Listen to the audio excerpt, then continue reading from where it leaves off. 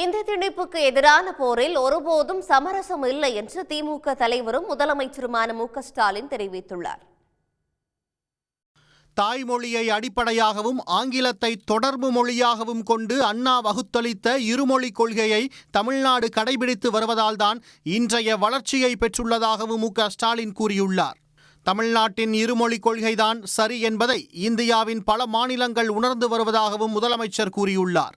நாம் எந்த மொழிக்கும் எதிரி இல்லை, யார் எந்த மொழியை கற்பதற்கும் தடையாக நிற்பதில்லை என்று குறிப்பிட்டுள்ள அவர், அதே நேரம் தாய்மொழியாம் தமிழை அழிக்க நினைக்கும் ஆதிக்க மொழி எதுவாக இருந்தாலும் அதை அனுமதிப்பதில்லை என்று தெரிவித்துள்ளார். ஆனால் தமிழ்நாட்டை வஞ்சிப்பதையே பாஜக தனது கொள்கையாக கொண்டுள்ளதாகவும், தமிழ்நாட்டின் பாஜக நிர்வாகிகள் தமிழுக்கு துரோகம் செய்யும் ஹிந்தி சமஸ்கிருத சேவகர்களாக இருப்பதாகவும் அவர் குற்றம் சாட்டியுள்ளார். தமிழ்நாட்டு மக்களிடம் வரியை பெற்றுக்கொண்டு தமிழ்நாட்டு மாணவர்களின் கல்விக்கான நிதியை ஒதுக்காமல் ஒன்றிய பாஜக அரசு வஞ்சித்து வருவதை சுட்டிக்காட்டியுள்ள முதலமைச்சர், கடலூரைச் சேர்ந்த சிறுமி நன்முகை ஒன்றிய அரசு நிதி தராவிட்டால் என்ன, நான் தருகிறேன் என்று தன்னுடைய சேமிப்பு பணமான 10,000 ரூபாயை காசோலையாக அனுப்பி நெகிழ வைத்ததாகவும் குறிப்பிட்டுள்ளார்.